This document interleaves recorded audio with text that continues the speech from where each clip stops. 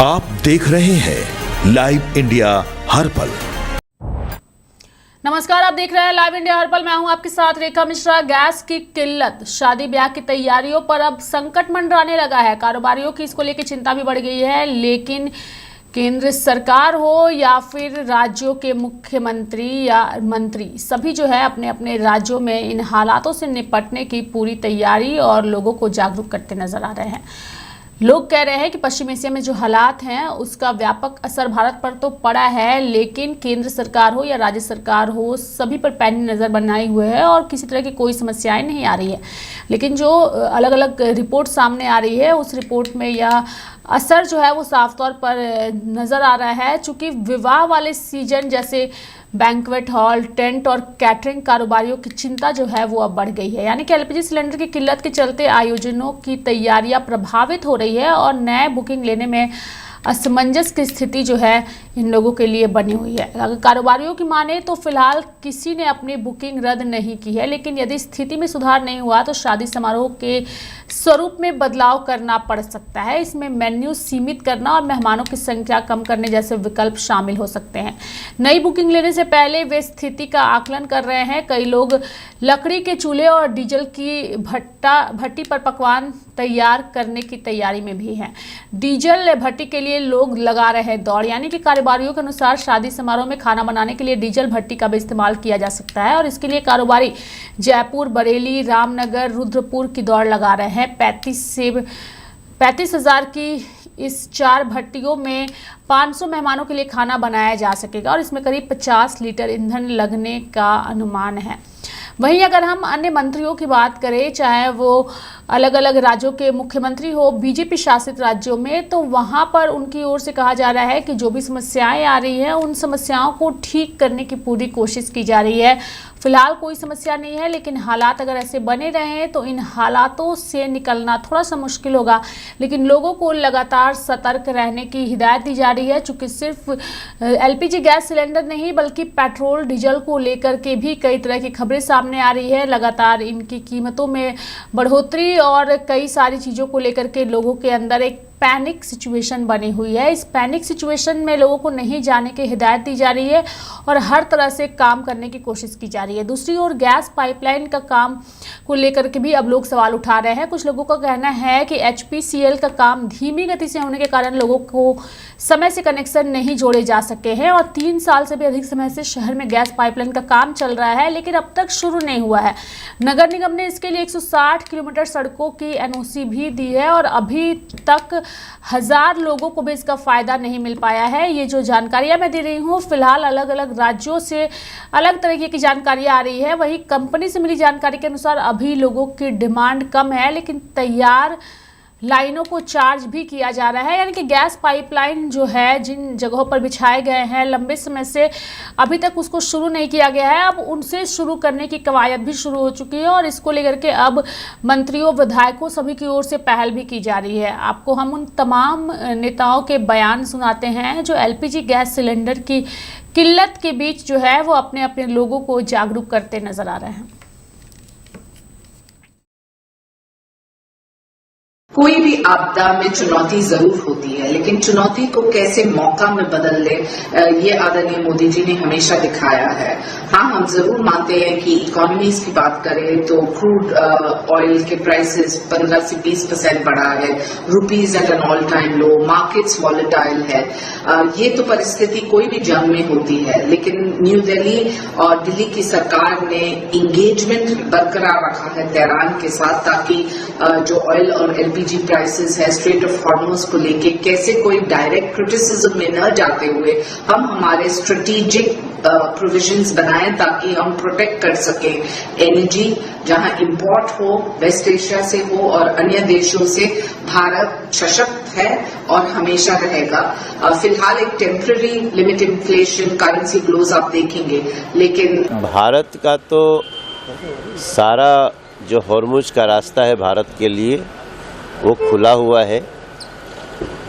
ये हमारी बड़ी जीत है और इस समय वहाँ से 5 देशों का ही आवाजाही हो रहा है, उसमें एक भारत है।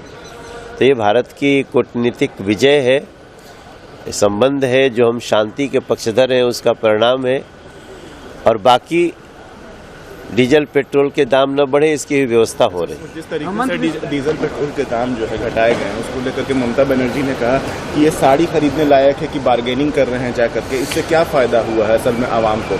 देखिए, उनको नहीं समझ में आएगा। जो जनता का हितैषी है वो ऐसा कार्य करेगा। जय हिंद। हेमंत बिस्व शर्मा जब छोड़ दो। हेमंत बिस्व शर्मा ने कहा है सर कि बांग्लादेशी मियाओं का कमर तोड़ देंगे हम यदि हमारी सरकार बनी असम में। देखो, हेमंत बिस्व शर्मा एक बहुत अच्छे मुख्यमंत्री के रूप में, वो सिर्फ उनको जो लोग विघटनकारी तत्व हैं, जो असामाजिक तत्व हैं, ऐसे लोगों की खैर नहीं, ऐसा हेमंत बिस्व शर्मा दिखा रहे हैं। इस संबंध में मैं सबसे पहले तो देश के यशस्वी प्रधानमंत्री आदरणीय नरेंद्र मोदी जी का मैं धन्यवाद करना चाहूंगा, जिन्होंने पेट्रोलियम उत्पादों पर एक्साइज ड्यूटी में कटौती की है और उस समय में की है जब पूरी दुनिया में रेट बढ़ रहे हो, क्योंकि इस प्रकार की स्थिति है, ये वैश्विक संकट है, जो मिडिल ईस्ट की समस्या है, पूरे वर्ल्ड के ऊपर इसका प्रभाव पड़ा है और सभी जगह रेट भी बढ़ रहे हैं। परंतु देश के यशस्वी प्रधानमंत्री आदरणीय नरेंद्र मोदी जी ने इस आपदा के समय में भी पेट्रोलियम उत्पादों पर एक्साइज ड्यूटी को कम करके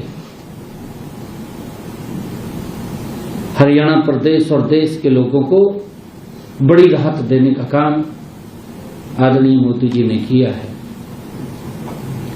एक्साइज ड्यूटी पेट्रोल के ऊपर 10 रुपए और डीजल पे 0 की है।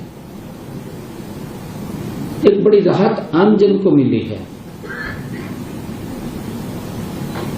इससे आम जनता के लिए पेट्रोल, डीजल, गैस के दाम वो स्थिर बने रहेंगे, जबकि पूरी दुनिया में भाव ऊपर जा रहा है।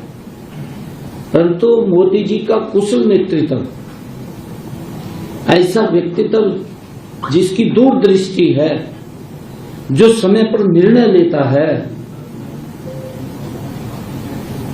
जिसका एक ही संकल्प। मैं यह भी बताना चाहूंगा कि प्रदेश में पेट्रोल, डीजल व गैस की कोई कमी नहीं है।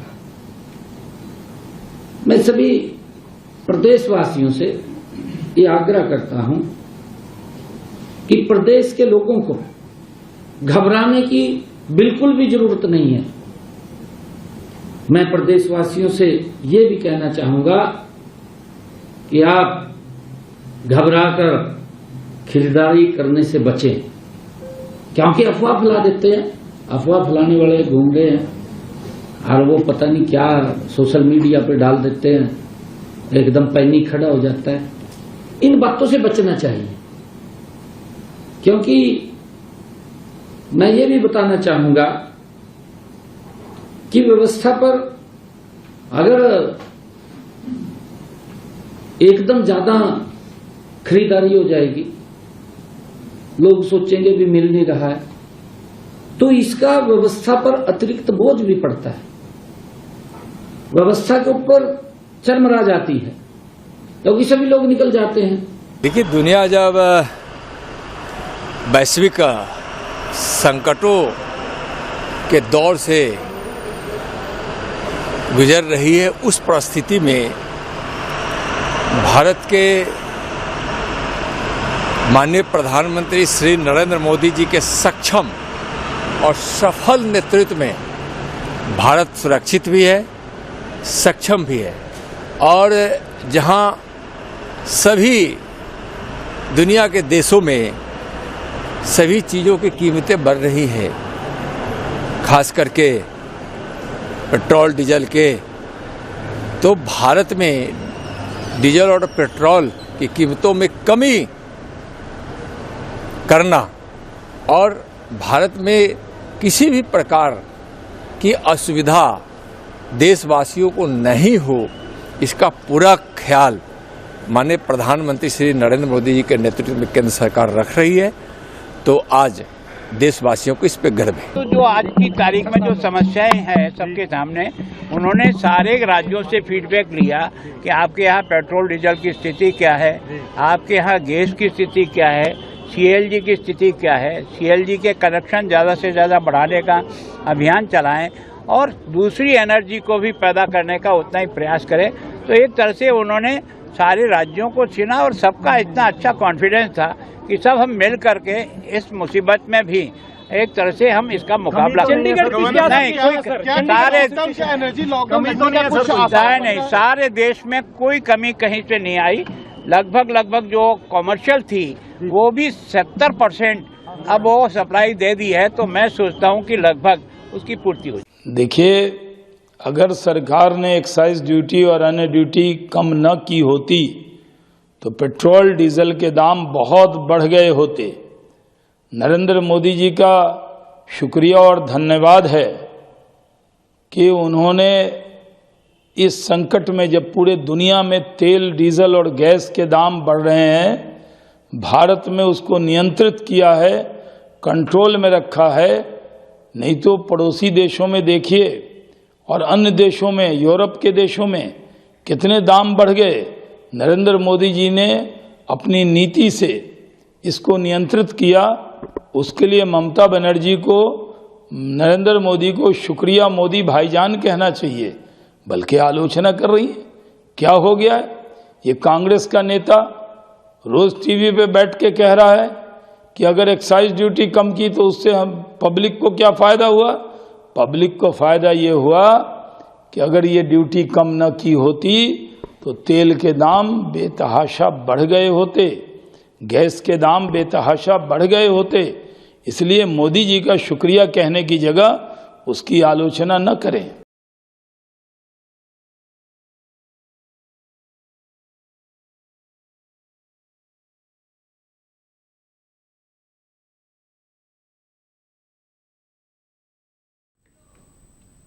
तो शादी ब्याह पर जो है वो गैस संकट जो है वो मंडरा रहा है। इसको लेकर तरह तरह की रिपोर्ट सामने आ रही है, लेकिन राज्यों के जो मंत्री हैं, मुख्यमंत्री हैं या फिर अन्य मंत्री हैं, सभी जो है वो अपने अपने राज्यों के लोगों को सतर्क और अफवाह से बचने की नसीहत देते नजर आ रहे हैं और कह रहे हैं कि केंद्र सरकार जो है वो इस पूरी चीज़ों पर नज़र बनाए हुए है, लोगों को कोई समस्या ना हो इसको लेकर केंद्र और राज्य सरकार सभी पूरी तरीके से तैयार है। मेरे साथ फिलहाल अभी के लिए इस खबर में इतना ही। आप देखते रहिए लाइव इंडिया हर पल। नमस्कार।